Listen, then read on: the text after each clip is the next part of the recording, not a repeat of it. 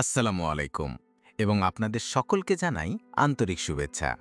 আজ আমরা এমন একজন মহান নবীর জীবন নিয়ে আলোচনা করব যার নাম শুনলেই আমাদের মনে আসে জ্ঞান, প্রজ্ঞা, ক্ষমতা এবং আধ্যাত্মিকতার এক অসাধারণ সমন্বয়।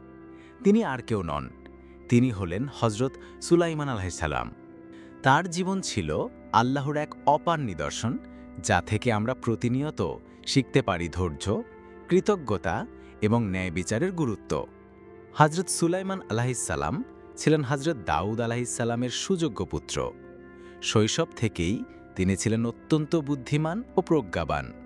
তার পিতা হজরত দাউদ আলাইহিসসালাম নিজেও ছিলেন একজন নবী এবং শাসক। পিতার কাছ থেকেই তিনি জ্ঞান ও শাসনের প্রাথমিক শিক্ষা লাভ করেন। আল্লাহ তাআলা তাকে এমন এক বিশেষ জ্ঞান দান করেছিলেন যা অন্য কোনো মানুষকে দেওয়া হয়নি। তিনি কেবল মানুষের ভাষাই নয়, পশু পাখি এবং জিনজাতির ভাষাও বুঝতেন। এই অসাধারণ ক্ষমতা তাকে অন্যদের থেকে আলাদা করে তুলেছিল। পিতার ইন্তেকালের পর হজরত সুলাইমান আলাইহিসসালাম বাদশাহ হিসেবে সিংহাসনে আরোহণ করেন। তার শাসনকাল ছিল এক স্বর্ণযুগ। তিনি ছিলেন একজন ন্যায়পরায়ণ শাসক। তার দরবারে ন্যায় বিচার প্রতিষ্ঠার জন্য তিনি ছিলেন অত্যন্ত কঠোর। কোনো অন্যায়কেই তিনি প্রশ্রয় দিতেন না। তার শাসনামলে শান্তি ও সমৃদ্ধি বিরাজ করত। আল্লাহ তাআলা তাকে বাতাসের উপর নিয়ন্ত্রণ করার ক্ষমতা দিয়েছিলেন, যার ফলে তিনি দ্রুত এক স্থান থেকে অন্য স্থানে যাতায়াত করতে পারতেন।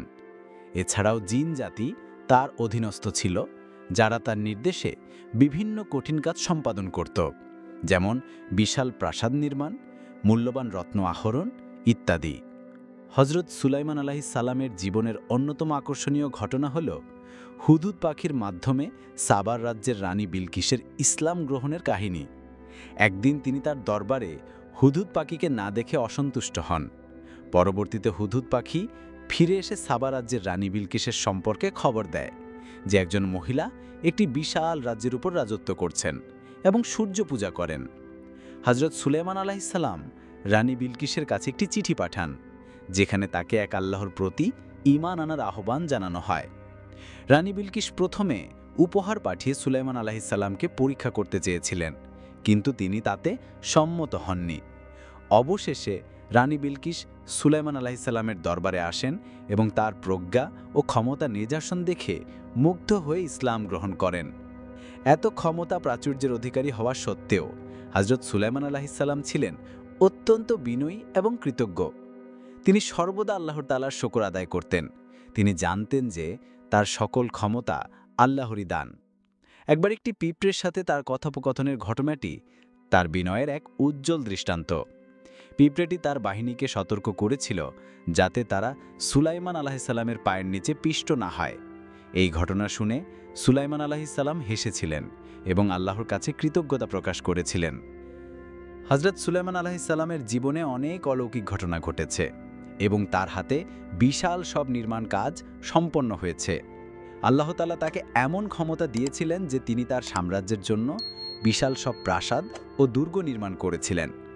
এর মধ্যে সবচেয়ে উল্লেখযোগ্য ছিল বাইতুল মুকাদ্দাস বা প্রথম কিবলার পুনর্নির্মাণ, যা হজরত দাউদ আলাইহিসসালাম শুরু করেছিলেন।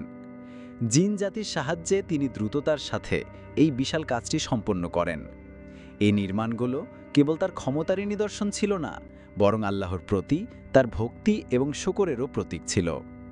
তার সময় স্থাপত্য শৈলী ছিল এতটাই উন্নত যা আজও বিস্ময়কর মনে হয়। তিনি কেবল মানব শ্রমিকই নয়, দক্ষ জিন কারিগরদেরও ব্যবহার করতেন এসব কঠিন কাজ সম্পাদন করার জন্য।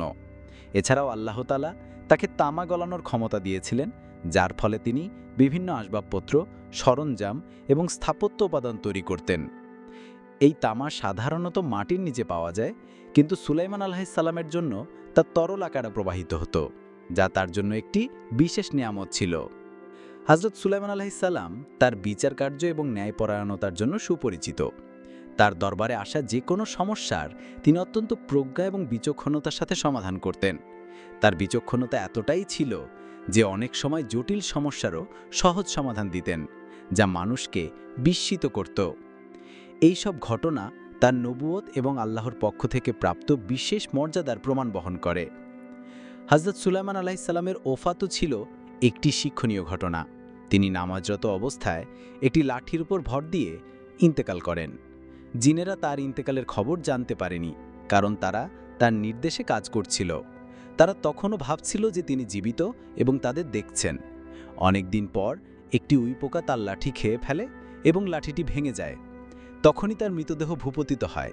এই ঘটনাটি জিনদের কাছে প্রমাণ করে যে গাইবের জ্ঞান একমাত্র আল্লাহরই।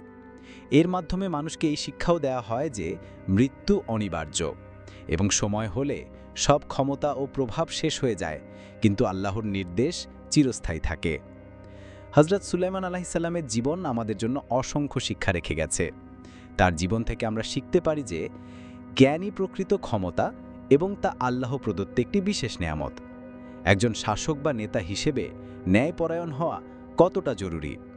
আল্লাহ তাআলার নেয়ামত পেয়েও অহংকারী না হয়ে সর্বদা বিনয়ী হওয়া এবং শুকরিয়া আদায় করা। সমস্ত ক্ষমতার উৎস যে আল্লাহ তাআলা, তা উপলব্ধি করা এবং একমাত্র তার উপর ভরসা করা। আমরা আশা করি হযরত সুলাইমান আলাইহিসসালামের জীবনের এই দীর্ঘ আলোচনা আপনাদের ভালো লেগেছে এবং আপনারা তার জীবন থেকে অনুপ্রেরণা লাভ করেছেন।